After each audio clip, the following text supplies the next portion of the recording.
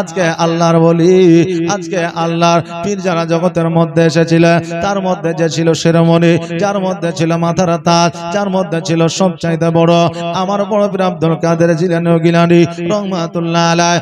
এই বড় পীর আব্দুল কাদের জিলানী ও গিলানী রহমাতুল্লাহ আলাইহি কোথা থেকে এসেছে, আজকে কোথায় তিনার জন্ম, আজকে ওনার কি অলৌকিক দৃশ্য আছে, আজকে এই ঘটনা আপনাদের সম্মুখে বলে তুলে দিয়ে ধরতে চাই।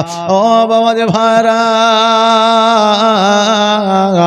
আজকে যে বড় আব্দুল কাদের জিলানী গিলানী রাহমাতুল্লাহ আলাইহি, ওনার একটা শুধু নাম নয়, ওনার পৃথিবীর মধ্যে টোটাল 11টা নাম আছে। জোরে বলেন সুবহানাল্লাহ। ওনার পৃথিবীর মধ্যে ওনার বাপের নাম ছিল হযরতে মুসা সলে জঙ্গি, ওনার আম্মা জানের নাম ছিল হযরতে উম্মুল খায়র মা ফাতেমা। আজকে ওনাদের ঘটনা আপনারা অনেকবার শুনেছেন, একবার নয় বহুবার জগতের মধ্যে আপনারা শুনেছেন। কারণ আমার গাউস পাকের যখন আপনার মৃত্যু দিবস আছে, যখন আপনার জন্ম দিবস আছে, তখন আমরা এই ঘটনাগুলো শুনতে পাই। হযরতে মুসা সলে জঙ্গি আপনার আপেল খাইতে গিয়া নদীর ধার দিয়ে পানি পান করতে গিয়েছিল, আপেল ভেসে আসছিল, একটা কামড় মারার কারণে 12 বছর গোলামি করেছিল। ঘটনা শুনেননি বাবা? শুনেছে? 12 বছর গোলামি করেছে। 12 বছর গোলামি করার পরে যে বাগানের মালিকের কাছে গেল ক্ষমা চাওয়ার জন্য, বলল আমার আপেল এত নদী দিয়ে ভেসে যায়, কত মানুষ খায়, একজনও আসে না। আজকে এই বান্দা যখন আমার কাছে ক্ষমা চাইতে এসেছে, জগতের মধ্যে এই বান্দা হলো সততা বান্দা, এই বান্দার মধ্যে সততা আছে, এই জগতের সাধারণ মানুষ নয়। কারণ এত ফল লোকে খায়, কেউ আমাকে বলতে আসে না। আর এই যখন বলতে এসেছে, একে আমি আবারও পরীক্ষা করতে চাই। ওই হযরতে মুসা চলে জঙ্গিকে 1 বছর নাই, 2 বছর নাই, 12 বছর গোলামি করালেন। 12 বছর গোলামি করার পরে এবার বাবা ওই যখন মুসা চলে জঙ্গি বললেন, এ বাগানের মালিক, আজকে বহুদিন আপনার কাছে আমি আপনার বাগানে কর্মরত ছিলাম, বাগানে কাজকর্ম করেছি, হুজুর গো এবার তো আমাকে ক্ষমা করে দেন। বাগানের মালিক বলল, শোনো রে, আমি তোমাকে ক্ষমা করে দিতে পারি, কিন্তু এর মধ্যে আরো একটা শর্ত আছে। হযরতে মুসা চলে জঙ্গি বলছে, আরো শর্ত? 12 বছর গোলামি করার পরে আর আবারও কি শর্ত? আল্লাহ গো, আজকে যেই শর্ত বলুক না কেন, এর জন্য কিয়ামতের দিন যাতে আমাকে জবাব দিতে না হয়, এই জন্য যাহা শর্ত দিবে আমি তাহাতে মেনে নিব। জোরে বলেন না সুবহানাল্লাহ। বেরাদার, আজকে আমার হযরত মুসা চলে জঙ্গি বলতেছে, বলেন কি? বলল, শোনো, আমার একটা কন্যা আছে, ওই আমার কন্যাকে যদি তুমি বিবাহ করো, আমি তোমাকে মাফ করে দেব। বললাম, এই মাফ পাওয়ার জন্য আপনি বিবাহ আমাকে করতে বলছেন, আমি আপনার কন্যাকে বিবাহ করব। ওই বাগানের মালিক বলে, আজকে তুমি কি জানো, আজকে বিয়েতে তুমি রাজি হইয়া গেলে, আজকে তুমি কি জানো রে আমার কন্যা কেমন দেখতে, কেমন তার হাত আছে, পা আছে, আছে কিনা এটা তো জিজ্ঞাসা করলা না। বলে, তাহলে আপনি বলেন। বলে, শোনো রে, আমার কন্যা দেখতে কালো, আমার কন্যা মুখে বোবা কথা বলতে পারে না, আমার কন্যা চলতে পারে না, পা দুটা ঘোড়া, হাত দুটা লোলা, কাজকর্ম করতে পারে না, আমার কন্যা আজকে ঘর থেকে বাইরে হইতে পারে না। তুমি রাজি আছো কিনা বলো? আমার হযরত মুসা চলে জঙ্গি বললে, আমি তাতে রাজি আছে, আপনি ক্ষমা করবেন কিনা বলেন। বলে, আমার কন্যাকে যদি তুমি বিবাহ করো, আমি তোমাকে ক্ষমা করে দেব। আর আমাদের মতো যদি যুবক হইতো, যে আমি জান দিয়ে দিব শিকার, তবুও বিয়ে করব না। বলতাম না যে পায়ে চলতে পারে না, হাঁটতে পারে না, বোবা ল্যাংড়া খোড়া, আমি বিয়ে করে সারা জীবন তো তাকে আমাকে বহাইতে হবে, অতএব ক্ষমা লেওয়ার চাইতে না লয় ভালো। আমাদের মতো যুবক হলে আমরা বলে চলে আসতাম, নাকি বলেন বাবা? কিন্তু আল্লাহ বলা কাকে বলে দেখেন, যে মাইক এখনো ঠিক হয়নি, আপনাদের ঠিক লাগছে, কিন্তু আমার এখনো ঠিক লাগছে না, আমার এখন কমফোর্টেবল হয়নি। এই ছেলেটাকে যা বলছে এটাকে শুনেছো তোমরা? ও যেটা বলছে শুনে এর মনে করে না যে ইউটিউব করে, ও মাইক সম্পর্কে ভালো অভিজ্ঞতা আছে, নিজস্ব তাদের বিজনেস আছে, নিজস্ব মাইক আছে, সবকিছু আছে। একটু বলেন ঠিক করে দেব, আমি অন্য জায়গায় বলে ঠিক করে দেব না। একটু দেখেন আপনার মাইকের ক্ষতি হবে না। আমি বললাম তো আপনার ওকে যদি পছন্দ হয় ওই আসুক না, ওই করুক, আমার কোনো দুঃখ নাই। আপনার হয়তো ওকে পছন্দ করো ভাই, মনিটর বন্ধ টোটাল, টোটাল মনিটর বন্ধ, সেটআপ করতে গেলে আমার কাছে সেটআপ করতে হবে, আমি সেটআপ চালাবো, ঠিক আছে? এত কাজ চলবে না নির্মাণ। আপনি আগে সেটআপ করুন, তারপর কথা বলবেন। মাইক্রোফোনে এভাবে বারবার কথা বললে তো ডিস্টার্ব হবে, মানুষ তো খারাপ ভাবছে, হচ্ছে না হচ্ছে না। হ্যাঁ, তো আপনি যেটা জানেন সেটা আপনি করেন, যেটুকু জানেন আপনার হাতে মাইক সমস্যা আমি জানি, আপনি যেটুকু জানেন সেটুকু আগে সেটআপ করলেন, তারপর মাইক্রোফোনে কথা বলবেন, তাহলে আপনি ঠিক করে নিলেন, তারপর ভুল কথা বলবেন। বক্সে যায়নি, বক্সে তোলা যাচ্ছে না, আমি বুঝতে পারছি। মাইকের আওয়াজ দিবে না, বক্সের আওয়াজ দিবে, মাইকের আওয়াজ যত তোলা তাহলে মাইকের আওয়াজ দিবে, বক্সের আওয়াজ দিতে হবে, সেভাবে আমাকে বলতে হবে। মনিটরটা যদি বলে যে মনিটরটা শুধু লাগবে, তাহলে আমি মনিটরটা ঘুরিয়ে আমি সেভাবে দেবো, সেভাবে বলতে হবে, বারবার খিচখিচ করতে লাভ নাই।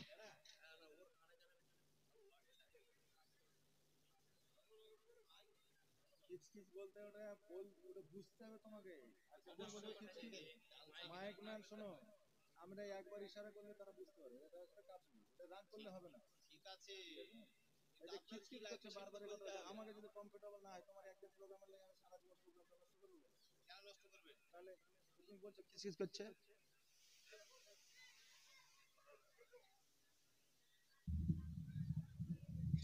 তোমাদের যেমন মাইক আমিও আজকে মোটামুটি 9 বছর ধরে প্রোগ্রাম হচ্ছে, আমাদের একটা সাথে ছোট না, বারবার কিছু করতে কথাটা শুনে কিন্তু আমার মাইন্ডে লাগলো। আপনাকে ওরকম ভাবে বলেনি, আপনাকে বলেনি, আপনাকে বলিনি আমি। দরুদ পড়েন, আল্লাহুম্মা সাল্লি আলা সাইয়্যিদিনা মাওলানা মুহাম্মাদ ওয়া আলা আলে সাইয়্যিদিনা মাওলানা মুহাম্মাদ সাল্লাল্লাহু আলা মুহাম্মাদিন সাল্লাল্লাহু আলা মোহাম্মদ হরদম জবা সেনে কালো পাক নামে মোহাম্মদ হরদম জবা সেনে কালো শফিয়ানা মোহাম্মদ। আরো একবার পড়েন, আল্লাহুম্মা সাল্লি সাইয়্যিদিনা মাওলানা মুহাম্মদ ওয়া আলা আলে সাইয়্যিদিনা মাওলানা মুহাম্মদ সাল্লাল্লাহু আলা মুহাম্মাদিন সাল্লাল্লাহু আলা মোহাম্মদ হরদম জবা সেনে কালো পাক নামে মোহাম্মদ হরদম জবা সেনে কালো শফিয়ানা মোহাম্মদ। এ বাবাজি ভাইরা, আমার মায়েরা একটু কান্দে শুনলেন। এ বাবাজি ভাইরা আমার, হযরত মুসা চলে জঙ্গি বললে আজকে আপনার মেয়ে খোড়া হোক, কানা হোক, লুলা হোক, কালো হোক, যেমনই হোক, আমি আপনার মেয়েকে বিবাহ করব, শুধুমাত্র আমাকে ক্ষমা করবেন কিনা? বলে আমার কন্যাকে বিবাহ করলে আমি ক্ষমা করে দেব, আমার কন্যাকে যদি শাদী করে না আমি ক্ষমা করে দেব।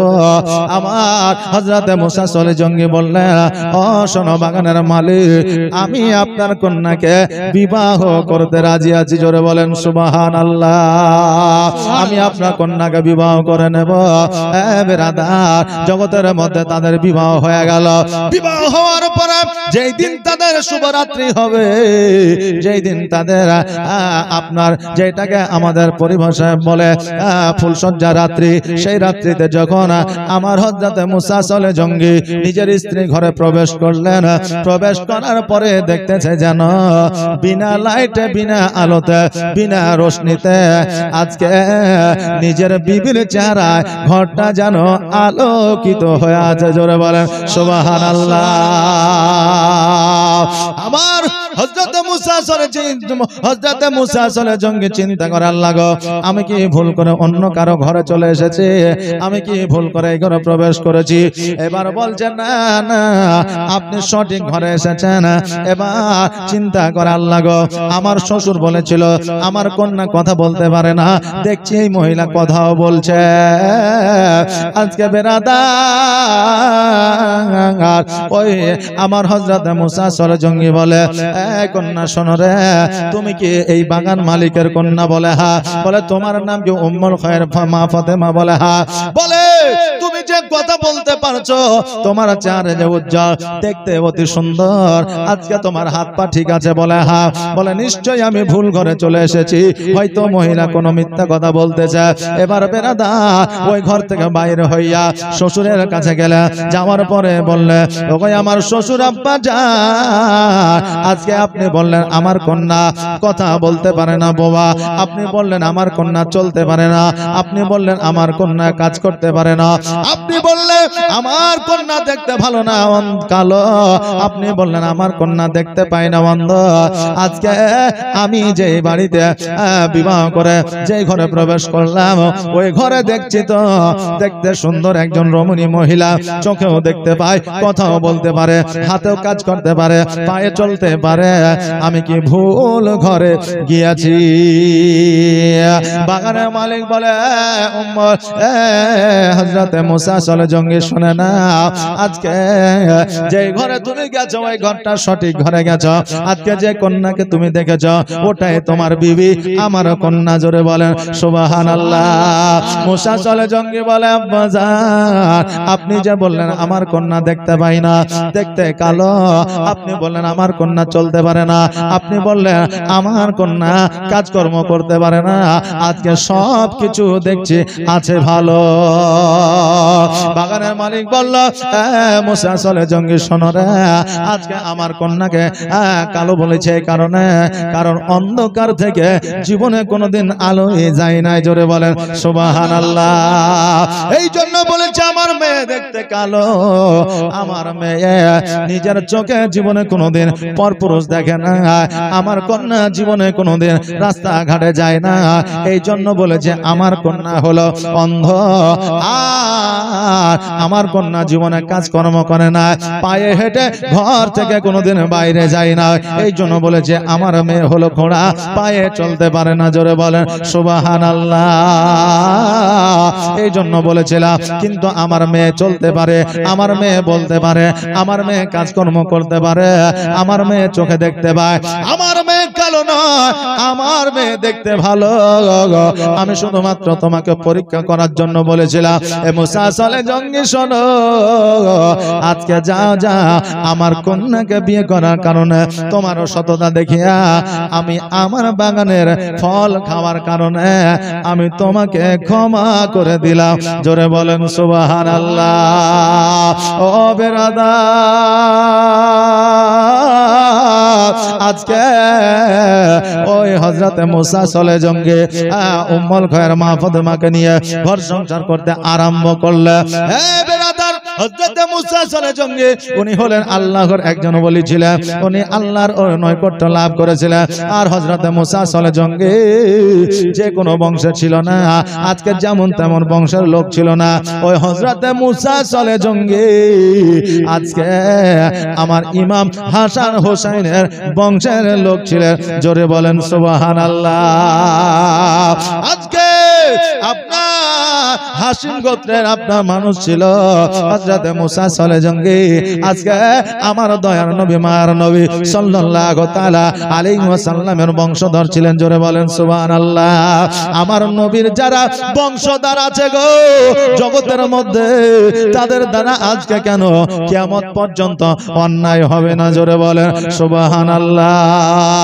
ও বিরাদার, আজকে হযরত মুসা সলে জঙ্গি জীবন যাপন করতেছে নিজের বিবিকে লইয়া।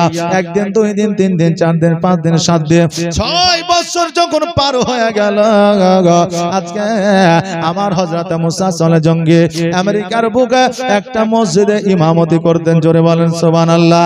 উনি একজন আলেম ছিলেন। আজকে জগতের মধ্যে আমরা মৌলবীদের অনেক সময় বলে থাকি মৌলবীরাই খারাপ, আজকে বলে থাকি আলেমরাই খারাপ। এ কথা আমরা বলি কি বলে না? মৌলবীরাই খারাপ, এ কথা বলি। বাবা, মৌলবীরা হলো বহু বচন, আলেমরা হলো বহু বচন। আলেম হলো এক বচন, মৌলানা হলো এক বচন, আর মৌলানারা হলো বহু বচন। আমার বাবাজি ভাইরা, আজকে শুধু আমি আলেম নয়, আজকে মুফতি নইমুদ্দিনের ছেলে আলেম না, আজকে জগতের মধ্যে আমার ইমাম হাসান হোসেন আলিম ছিলেন, আবু বকর সিদ্দিক রাদিয়াল্লাহু তাআলা আনহু আলিম ছিলেন, হযরত আলী রাদিয়াল্লাহু তাআলা আনহু উনি কিন্তু বাবা আলিম ছিলেন, হযরত বড় আব্দুল কাদের জিলানী উনিও আলিম ছিলেন, হযরত মুসা সলে জঙ্গি উনিও আলিম ছিলেন। বাবাজি, আলেমকে বলা হয় যে ইলম হাসিল করে। ইলম শব্দের অর্থ হলো জ্ঞান অর্জন করা। জ্ঞানকে ইলম বলা হয়। আজকে জ্ঞান যারা অর্জন করে তাদেরকে আলেম বলা হয়। এই জন্য বাবা, আলেম কারা বলবে, নাম করে বলবেন অমুক মাওলানা খারাপ, কিন্তু মৌলবীরাই খারাপই কথা বলবেন না। যদি এই কথা বলেন বহু বচন আসবে, আপনার এই কথার মধ্যে যুক্ত হয়ে যাবে আমার ইমাম হাসান হোসাইন, যুক্ত হয়ে যাবে আবু বকর সিদ্দিক, যুক্ত হয়ে যাবে হযরত আলী, যুক্ত হয়ে যাবে বড় পীর আব্দুল কাদের জিলানী। আর এরা যখন যুক্ত হয়ে যাবে, আপনার একটা কথা বলার কারণে আপনার ঈমান বরবাদ হয়ে যাবে। জোরে বলেন নাউজুবিল্লাহ। আজকে পৃথিবীর মধ্যে মোবাইলের মধ্যে বাবা পপুলারিটি অর্জন করার জন্য আল্লাহর সঙ্গে তামাশা করছে না বাবা, আল্লাহর সঙ্গে তামাশা করছে। আজকে তারা নিজেও বুঝতে পারছে না যে আমার গুনাহ হয়ে যাচ্ছে। আজকে তারা নিজেও জানতে পারছে না আমি কাবিরা গুনাহ করে ফেলেছি। আজকে বাবা দেখবে মসজিদের মধ্যে ইয়ারকি করে নামাজ পড়ছে আর ভিডিও করছে। এরকম ভিডিও দেখেছেন না? দেখেননি? অনেকে এসে মসজিদের মধ্যে ইয়ারকি করে নামাজ পড়ছে আর ভিডিও করছে ভাইরাল করার জন্য। বেরাদার, এই ইয়ারকির মধ্যে তার কাবিরা গুনাহ হচ্ছে এটা বুঝতে পারে না। অনেকে ইয়ারকি করে দোয়া করছে আল্লাহর দরবারে। আজকে এগুলো তাদের দ্বারা কাবিরা গুনাহ হয়ে যাচ্ছে, এটা তারা বুঝতে পারে না। ও বেরাদার, আজকে জগতের মধ্যে এমন কথা আছে যেই কথাতে আমাদের ঈমান ও আমল নষ্ট হয়ে যায়। অনেক যুবক বলে এই আব্বা তুমি বুঝতে পারবা না, কারণ এখন নিউ জেনারেশন চলছে, তোমরা ওয়ার্ল্ডের মানুষ, তোমরা এখনকার কথা বুঝতে পারবা না। এই কথাটা বাপকে বলে, আর বাপ যদি একটু দুঃখ কষ্ট পেয়ে যায়, বেটারে তোর জীবনের ইবাদত আল্লাহ দরবারে কবুল হবে না। জোরে বলেন সুবহানাল্লাহ। এই আমার মা বোনেরা, জগতের মধ্যে স্বামী স্ত্রী সংসার করতে করতে অনেক মা বোনেরা আছে যারা বলে থাকে তোমাকে বিবাহ করে আমি জীবনে সুখ পাইলাম না, এই কথা বলে থাকে। আরে আমার মা বোনেরা, এই কথাটা শুনিয়া যদি তোমার স্বামী কষ্ট পেয়ে যায়, তুমি যত ইবাদত করো না কেন আল্লাহ দরবারে কবুল হবে না। এই জন্য বাবা, আমরা কথা বলবো অনেক ভেবে চিন্তে, আমরা কথা বলবো অনেক চিন্তা ভাবনা করে। কারণ হইল জগতের মধ্যে আমাদের পায়ে ধরা, আমাদের চলতে সময় লাগে 2 বছর, আমরা চলতে শুরু করে দিই, কিন্তু কথা বলতে লাগে, কথা বলার জন্য আমাদের সারা জীবন শেষ হয়ে যায়। জোরে বলেন সুবহানাল্লাহ। আমার হযরত মুসা সলে জঙ্গি আমেরিকার বুকে মসজিদে ইমামতি করেছে। রাত্রি বেলায় তাহাজ্জুদের নামাজ পড়িয়া আল্লাহর দরবারে হাত দুখানা তুলেছে। আল্লাহ, আজকে আমাদের 6 বছর বিবাহ হয়ে গেল। হযরত মুসা আসলে জঙ্গি বলে আল্লাহ গো আজকে 6 বছর আমাদের নিকাহ হয়েছে এখনো পর্যন্ত আমাদের ঘরে একটা সন্তান আসে না এখনো পর্যন্ত আমাদের সন্তানাদি হয় না আল্লাহ দয়া করে আমার হাত দুখানাকে কবুল করে নিয়ে আমার ঘরে একটা তুমি সন্তান দিয়া দাও জোরে বলেন সুবহানাল্লাহ আমার আল্লাহ বলে বান্দারে এই আমার বান্দে আজকে যদি তোমাদের দোয়া আমার দরবারে পৌঁছাতে চাও নির্জুম রাত্রিতে তাহাজ্জুদের নামাজ পড়ে আমার দরবারে হাত দুখানা উত্তোলন করে দাও সকলে ঘুমাবে পশু পাখি ঘুমাবে তুমি জেগে জেগে আমার কাছে চাইবে আমি আল্লাহ প্রথম আসমানে আসবো তোমাকে দেওয়ার জন্য তুমি একা আমি শুনবো তুমি বলবে জোরে বলেন সুবহানাল্লাহ কিন্তু বেরাদা আজকে তাহাজ্জুদের নামাজ আমরা 100-র মধ্যে একজনা পড়ি আর 5 ওয়াক্তের নামাজই তো আমরা পড়ি না বাবাজি ভাইরা আজকে জগতের মধ্যে নামাজ পড়ার পরে আমরা অনেকে অনেক জায়গায় ব্যতিব্যস্ত হয়ে যায় অনেকে মসজিদে যায় না নামাজ পড়ার জন্য কিন্তু যারা আল্লাহর নৈকট্য লাভ করেছে তারা এক ওয়াক্ত নামাজ কাজা করে নাই জোরে বলেন সুবহানাল্লাহ হযরতে মুসা চলে জঙ্গে আল্লাহ দরবারে হাত দুখানা তুললেন আল্লাহ আমার ঘরে একটা সন্তান দাও আজকে এতদিন পর্যন্ত আমার ঘরে এখনো সন্তান আসে না আজকে আমাদের মা বোনেদের যদি সন্তান আদি না হয় আজকে আমার মা বোনেরা কত ওঝার কাছে চলে যায় গাছ গাছ রাখে না আর গাছ গাছ রাখার জন্য আজকে ওই মা বোনেরা সারা ওমর ভর জীবন ভর আর সন্তান গর্ভে ধারণ করতে পারে না এই আমার মা বোনেরা আজকে যদি আপনাদের সন্তান আদি না আজকে আপনি বৈজ্ঞানিক পদ্ধতিতে চলছে প্রাথমিকভাবে ডাক্তার দেখা ডাক্তার যদি আপনার সন্তান আদি যদি বলে দেয় হবে না একমাত্র আপনার একটা রাস্তা থাকবে সেটা হলো দোয়া জোরে বলেন সুবহানাল্লাহ আজকে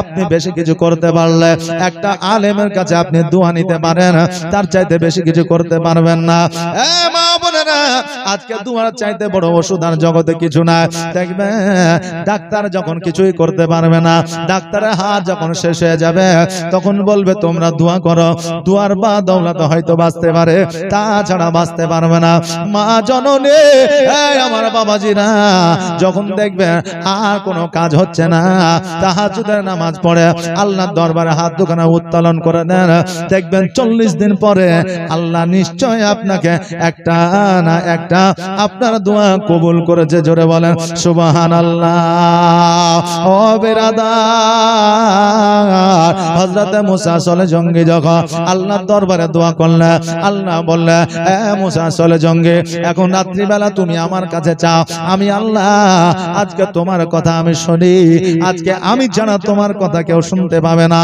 ওরে এ মুসা চলে জঙ্গি যাও যাও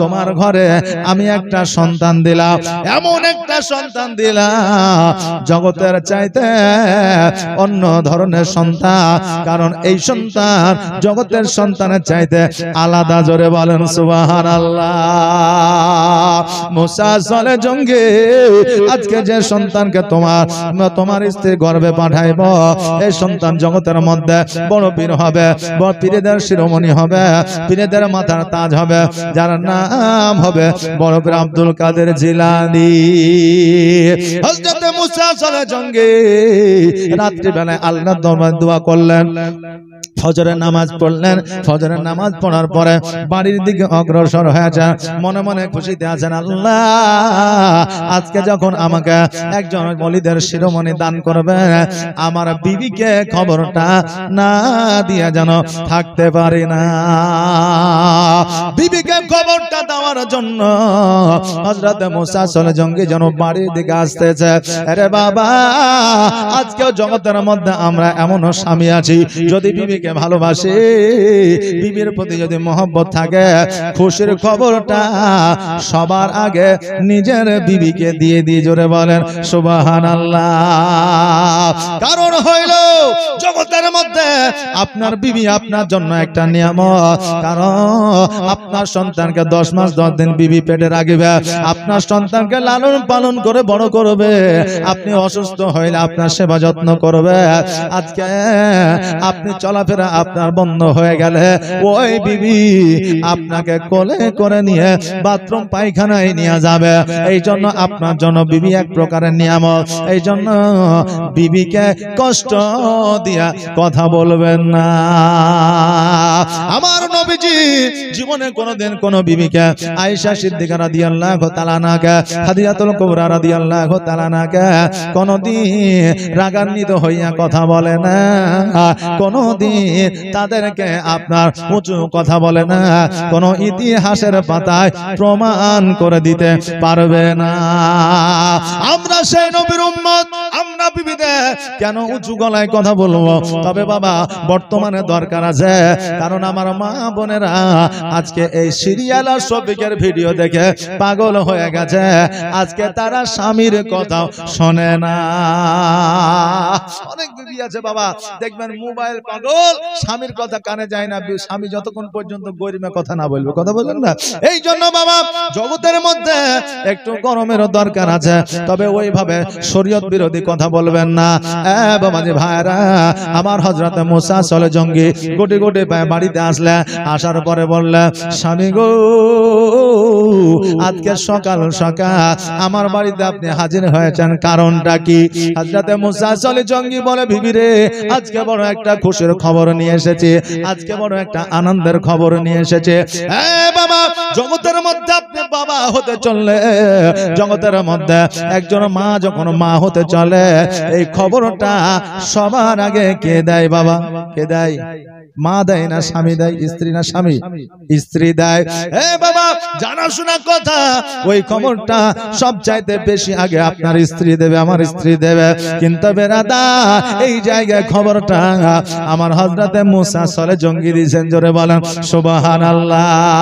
মুসা চলে জঙ্গি বলে, বিবি এতদিন পর্যন্ত আমাদের ঘরে সন্তান আসে না, আমরা একটা সন্তান জন্ম দিতে পারি না। বিবি রে আজকে আল্লাহ তাবারক তাআলা এমন একটা গায়বী আওয়াজ দিয়ে আমাকে বলেছে, আমাদের ঘরে জগতের সন্তানের মতো সন্তান আসবে না, আমাদের ঘরে জগতের সন্তানের চাইতে আলাদা সন্তান আসবে। জোরে বলেন সুবহানাল্লাহ। যেই সন্তানটা ওলিদের মাথার তাজ হবে, যেই সন্তানটা ওলিদের শিরোমণি হবে, যেই সন্তানটা ওলিদের পীরদের পীর হবে, যার নাম হবে বড় পীর আব্দুল কাদের জিলানী। এই খবরটা যখন হযরতে মুসা চলে জঙ্গি নিজের বিবি উম্মুল খায়ের মা ফাতেমাকে দিলে, তখন মা ফাতেমা একবার আওয়াজ দিয়ে পড়লেন আলহামদুলিল্লাহ। জোরে বলেন সুবহানাল্লাহ। খুশির খবর যখন শুনবে আলহামদুলিল্লাহ পড়বে। এখন যখন আমার মা বোনেরা আপনি বলবেন খুশির খবর, জানো রে বিবি আজকে আমাদের সন্তানটা ম্যাট্রিক পাস করেছে, ভালো নাম্বার পেয়েছে। বিবি আলহামদুলিল্লাহ বলবেন। তুমি যে কি বলো না, যাও তাড়াতাড়ি করে 100 টাকার মিষ্টি নিয়ে এসো, এই কথা বলবে, কিন্তু আলহামদুলিল্লাহ পড়বে না।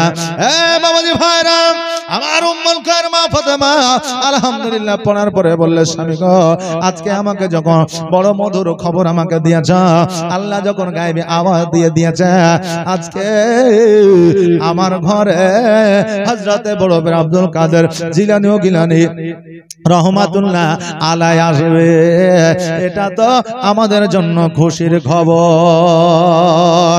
আমার হযরত মুসা চলে জঙ্গি রহমাতুল্লাহ আলাইহি এই খবরটা দিয়া হযরতে উম্মুল খায়ের মা ফাতেমাকে বাড়িতে রাখিয়া আবার যেন মসজিদের দিকে গেলে, আজকে আমার উম্মুল খায়ের মা ফাতেমা জীবন যাপন করছে। উম্মুল খায়ের মা ফাতেমা তিনি জানতে পারলেন, বুঝতে পারলেন, আমার গর্ভে আমার ওলিদের শিরোমণি চলে এসেছে। জোরে বলেন সুবহানাল্লাহ। আমার উম্মুল খয়ের মা ফাতেমা শুনতে পারলেন, বুঝতে পারলেন, জানতে পারলেন আমার বড় পীর আব্দুল কাদের জিলানী গিলানী রহমাতুল্লাহ আলাইহি নিজের মায়ের গর্ভে আছে। মা একাই যেন বাড়িতে থাকা। আমার হযরতে মুসা সলে জঙ্গি আমেরিকার বুকে সবচাইতে বড় মসজিদে ইমামতি করে। যেহেতু তিনি একজন আলেম ছিলেন, যেহেতু তিনি একজন আল্লাহর ওলি ছিলেন, এইদিকে একজন ফকির এসেছে উম্মুল খায়ের মা ফাতেমার বাড়িতে। এবার বাবা উম্মুল খায়ের মা ফাতেমা জীবনে কোনোদিন বাইরে আসে না, জীবনে কোনোদিন বেপরদায় আসে না, জীবনে কোনোদিন বেপরদায় চলাফেরা করে না। ফকির মিসকিন আসলে জানালা দিয়ে পর্দার সহিত আপনার যেন ভিক্ষা দিতে। ওই দিন ফকির এসেছে, আর ফকির আসার পরে ভিক্ষা চেয়েছে। এইদিকে আপনার হযরতে উম্মুল খায়ের মা ফাতেমা জানালা দিয়ে আপনার পর্দার সহিত ভিক্ষা দিতেছিল। এবার ফকির বলতেছে, শোনো রে মা, আজকে আমি ওই রকম ভাবে আমি ভিক্ষা নিই না, কারণ ওইভাবে যদি ভিক্ষা দাও আমি ভিক্ষা নিব না। আজকে তোমার মধ্যে বড় আত্ম অহংকার এসে গিয়েছে, যার জন্য তুমি জানালা দিয়ে চুপায়িত ভাবে, লুকায়িত ভাবে তুমি আমাকে ভিক্ষা দাও। আমার উম্মুল খায়ের মা ফাতেমা চিন্তা করে, আল্লাহ গো, আজকে যদি এই ফকিরে ঘুরে যায়, ফিরে যায়, আমি কাল কিয়ামতের দিনে জবাব দিতে পারবো না। আজকে আমার স্বামী কাল কিয়ামতের দিনে জবাব দিতে পারবে না। এই জন্য আমি ফকিরকে ঘোরাইয়া দিব না। যারা আল্লাহর ওলি হয়, যারা আল্লাহর মুমিন বান্দা হয়, যারা আল্লাহ ভীরু হয়, তাদের কাছে যদি দেওয়ার মতো কিছু থাকে কোনোদিন ফকির মিসকিনকে ঘোরাইয়া দিবে না। কারণ আমার নবীজি ফকির মিসকিনকে কোনোদিন ঘোরাইয়া দেয় না। ও বেরাদা, আমার উম্মুল খায়ের মা ফাতেমা বাইরে এসেছে। আসার পরে ওই ফকিরকে বলে, ফকির গো, আসো আসো, আমি দরওয়াজার কাছে এসেছি। আজকে তুমি আমার আমি এই যে টাকাটা দিচ্ছি, আমি যেটা দিচ্ছি সেটা তুমি নিয়ে যাও। ওই ফকির দরবার যখন আপনার দরওয়াজার সম্মুখে এসেছে, লক্ষ্য করেছে বাড়িতে কেউ নাই, আইডে সাইডে পেছনে কেউ নাই। উম্মুল খায়ের মা ফাতেমা হাতখানা দেখেছে, তবু আপনার পর্দার সহিত ওই ফকির বলতেছে, হাতখানা যদি এত সুন্দর হয়, তার না জানি চেহারা কত সুন্দর হবে। এই বলে বাবা আমার উম্মুল খায়ের মা ফাতেমা ওনার হাত ধরে যেন টানাটানি শুরু করেছে। এবার উম্মুল খায়ের মা ফাতেমা আল্লাহকে বলতেছে, আল্লাহ গো, ইজ্জতের মালিক তুমি, বেইজ্জতের মালিক তুমি। আল্লাহ, আজকে তুমি যার ইজ্জত দিয়েছ, আল্লাহ গো, পৃথিবীর কোনো মানুষ তাকে বেইজ্জত করতে পারে না। আর যাকে তুমি ইজ্জত দাও না, পৃথিবীর কোনো মানুষ তাকে বেইজ্জত করতে পারে না। আল্লাহ গো, আজকে ইজ্জতের মালিক তুমি আল্লাহ।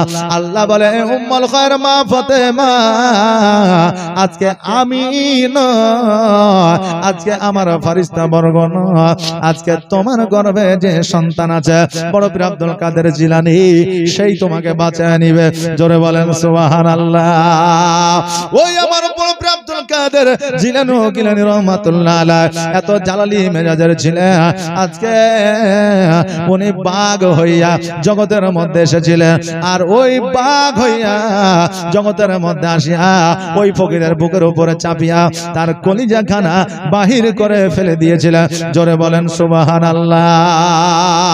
আজকে এই জন্য বলা হয় আহলে সুন্নাত ওয়াল জামাতের মানুষ, আহলে সুন্নাত ওয়াল জামাতের আলেমরা বলে, আমার বড় পীর আব্দুল কাদের জিলানী গিলানী রহমাতুল্লাহ আলাইহি মায়ের গর্ভ থেকে ওলি হয়ে জগতের মধ্যে এসেছেন। জোরে বলেন সুবহানাল্লাহ।